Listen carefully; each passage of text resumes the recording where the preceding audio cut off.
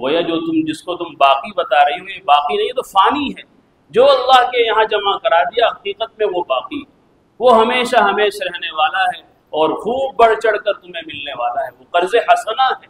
وہ تم نے اللہ کو قرض دے دیا، اللہ تعالیٰ اس قرض کو بڑھا چڑھا کر تمہارے لیے کل قیامت کے دن تمہارے سامنے اس کو پیش کریں گے۔ اسی کو قرآن کریم کہتا ہے ما عندکم ینفد وما عند اللہ باق، تمہارے پاس جو کچھ بھی ہے وہ فانی ہے، ختم ہونے والا ہے، اور جو تم نے اللہ کے پاس جمع کرا دیا ہے، اللہ کے لیے صدقہ کر دیا ہے، اللہ کے لیے خرچ کر دیا ہے، وہ ہمیشہ ہمیں باقی رہنے والا ہے، تمہارے کام آنے والا ہے۔ اس لیے ہمیں ہر موقع کی ایسی تلاش میں رہنا چاہیے کہ کوئی بھی ایسا موقع ہاتھ سے نہ جانے پائے کہ کوئی ضرورت ہو، دین کا کوئی تقاضا ہو، کسی مسجد کا کوئی تقاضا ہو، کسی مدرسے کا کوئی تقاضا ہو اور واقعی تقاضا ہو، اور آپ کو اللہ نے مال دیا ہو، دن دولت سے نوازا ہو، تو آپ کو سخاوت سے اور اس راستے میں خرچ کرنے سے ہرگز پیچھے نہیں رہنا چاہیے۔ نبی اکرم صلی اللہ علیہ وسلم نے خود بھی اپنی زندگی کے بے شمار ایسے نمونے چھوڑے ہیں، اور حضرات صحابہ کی زندگیوں پر اس کے اثرات ایسے مرتب ہوئے ہیں کہ جن کو پڑھ کر حیرت ہوتی ہے کہ کیا ایسا بھی ہو سکتا ہے۔ قرآن کریم نے انفاق اور اللہ کے راستے میں خرچ کرنے کے جو فضائل ذکر کیے ہیں، ان میں سے ایک مشہور آیت یہ بھی ہے کہ مثل الذین ينفقون اموالهم فی سبیل اللہ کمثل حبۃ، وہ لوگ جو اللہ کے راستے میں خرچ کرتے ہیں، اللہ کے دین کے تقاضوں میں خرچ کرتے ہیں، اللہ کے دین کے تقاضوں کو مالی اعتبار سے پورا کرتے ہیں، کمثل حبۃ، ان کی مثال ایک اس دانے کی سی ہے، انبتت 7 سنابل، کہ جس ایک دانے کے اندر سے 7 بالیں نکلی، اور وفی کل سنبلۃ 100 حبۃ، اور ہر بال کے اندر 100 دانے ہیں، گویا ایک دانے کے بدلے میں 700 دانے۔ اور آگے اللہ تعالیٰ فرماتے ہیں واللہ یضاعف لمن یشاء، یہ ہماری مرضی ہے کہ ہم اس کو دگنا بھی کر دیں، 700 کی جگہ ہم اس کو 1400 کر دیں اور بڑھا چڑھا کر دیں۔ تو یہ صدقہ اور خیرات اور اللہ کے راستے میں خرچ کرنا یہ ایمان والوں کے شعار میں داخل ہے، یہ ایمان والوں کی پہچان میں داخل ہے۔ اور جب ہم قدیم زمانے کی تاریخ اٹھا کر دیکھتے ہیں تو ہمیں پتہ چلتا ہے کہ اللہ نے جس صاحب خیر بندے کو، اللہ نے جس صاحب توفیق بندے کو مال سے نوازا تھا، تو اس کے یہاں سے کتنے گھر چلتے تھے، کتنے چولہوں میں آگ جلتی تھی، کتنے یتیموں کی کفالت ہوتی تھی، کتنی بیواؤں کے وظیفے جاری تھے، کتنے فقراء اور مساکین کی ضرورتیں ان کے دروازوں سے پوری ہوتی تھی۔ آج ہمیں بھی اپنے اندر یہ صفت پیدا کرنے کی ضرورت ہے۔ اس کے بے شمار دنیاوی فوائد بھی ہیں اور اخروی فوائد بھی ہیں۔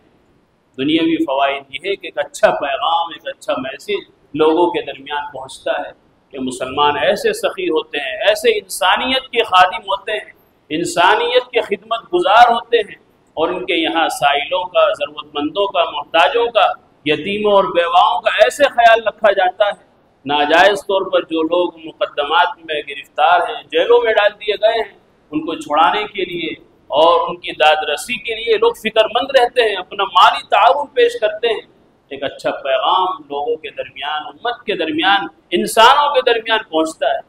اور پھر اصل تو آخرت کا مسئلہ ہے، اور آخرت کا جو ثواب ہے اس کے بارے میں تو قرآن کریم کی آیتیں موجود ہیں کہ اللہ کے راستے میں خرچ کرنے کے کیسے فضائل ہیں۔ خود سورہ حدید کے اندر اللہ رب العزت نے مختلف طریقے سے انفاق فی سبیل اللہ کے دین کے تقاضوں میں خرچ کرنے کے فضائل ذکر کیے ہیں، اور ایک مقام پر تو فرما دیا وَمَا لَكُمْ أَلَّا تُنْفِقُوا فِي سَبِيلِ اللَّهِ، تمہیں کیا ہو گیا کہ تم اللہ کے راستے میں، اللہ کے دین کے تقاضوں میں خرچ نہیں کرتے۔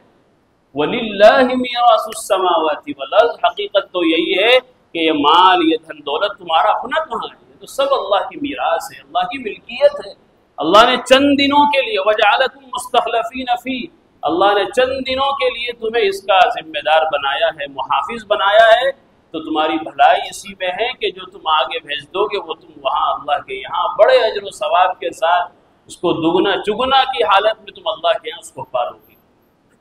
اس لیے ہمارے ان بھائیوں کو، ان اہل خیر حضرات کو اس طرف فکر مند رہنا چاہیے کہ جب بھی کوئی دینی تقاضا ان کے سامنے آئے، جیسا کہ مسجد کا تقاضا بھی رکھا گیا، اس مسجد کا ہو یا کسی بھی مسجد کا، سب اللہ کے گھر ہیں، مسجدیں ہیں، کسی بھی مدرسے کا ہو، کسی بھی دین کا کوئی بھی تقاضا ہو، دینی، ملی، خدمتی، رفائی کوئی بھی کام ہو، اگر آپ کو اس کی پوری تحقیق ہے اور آپ اس پوزیشن میں ہیں کہ آپ اس میں تعاون کر سکتے ہیں، تو آپ کا یہ اولین فریضہ بنتا ہے کہ آپ اس میں تعاون کریں۔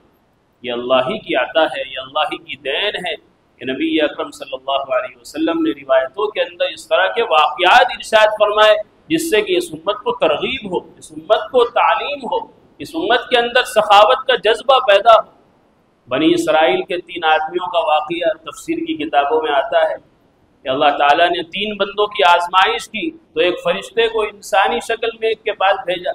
اور اس سے کہا کہ بتاؤ تمہاری کوئی ضرورت ہو، کوئی پریشانی ہو جس کے لیے کچھ دعا کی جا سکے، کچھ حل اس کا پیش کیا جا سکے۔ اس بندے نے کہا کہ مجھے کوڑ کا مرض ہے، برس کی بیماری ہے، سفید سفید داغ دھبے جسم پر، چہرے پر ہیں، جس کی وجہ سے لوگ میرے پاس نہیں بیٹھتے، میں کہیں نہیں جا سکتا، بات چیت نہیں کر سکتا، لوگوں سے مل جل نہیں سکتا، لوگ مجھ سے کراہیت کرتے ہیں، تو تم ایسا کرو کہ میرے لیے دعا کر دو کہ جس کی وجہ سے یہ بیماری ختم ہو جائے، اور میرے پاس کاروبار بھی نہیں ہے، معاشی تنگی بھی ہے، تو اس کے لیے بھی کوئی حل پیش کرو۔ تو اس انسانی شکل میں آنے والے فرشتے نے ہاتھ پھیرا تو اس کی برس کی بیماری ٹھیک ہو گئی، اچھا خاصا ٹھیک ٹھاک ہو گیا، اور اس کے لیے رزق کی برکت کی بھی دعا کی اور وہاں سے چل دیا۔ اللہ تعالیٰ نے اس کو ایک اونٹنی کسی طرح سے میسر کر دی، اور پھر اس اونٹنی سے اتنی زیادہ برکت ہوئی کہ ہزاروں اونٹ اس کے پاس موجود ہو گئے، اور وہ اپنے علاقے کا مشہور مال و دولت والا صاحب ثروت بن گیا۔ پھر دوسرے بندے کے پاس گیا، وہ فرشتہ انسانی شکل کے اندر، اس کا بھی امتحان تھا، آزمائش تھی۔ اس سے پوچھا کہ تمہیں دنیا میں کوئی تکلیف ہے، پریشانی ہے؟ کہ ہاں میں گنجا ہوں، میرے سر پر بال نہیں آتے، لوگ میرا مذاق اڑاتے ہیں، اور اسی طرح میرا کاروبار بھی نہیں ہے، تو تم کوئی وظیفہ بتاؤ، دعا کرو۔ فرشتے نے اس کے لیے بھی دعا کی تو فوراً بال آ گئے اور مالی فراوانی، خوشحالی ہو گئی، اتنی خوشحالی ہوئی کہ اپنے علاقے کا رئیس ترین شمار ہونے لگا۔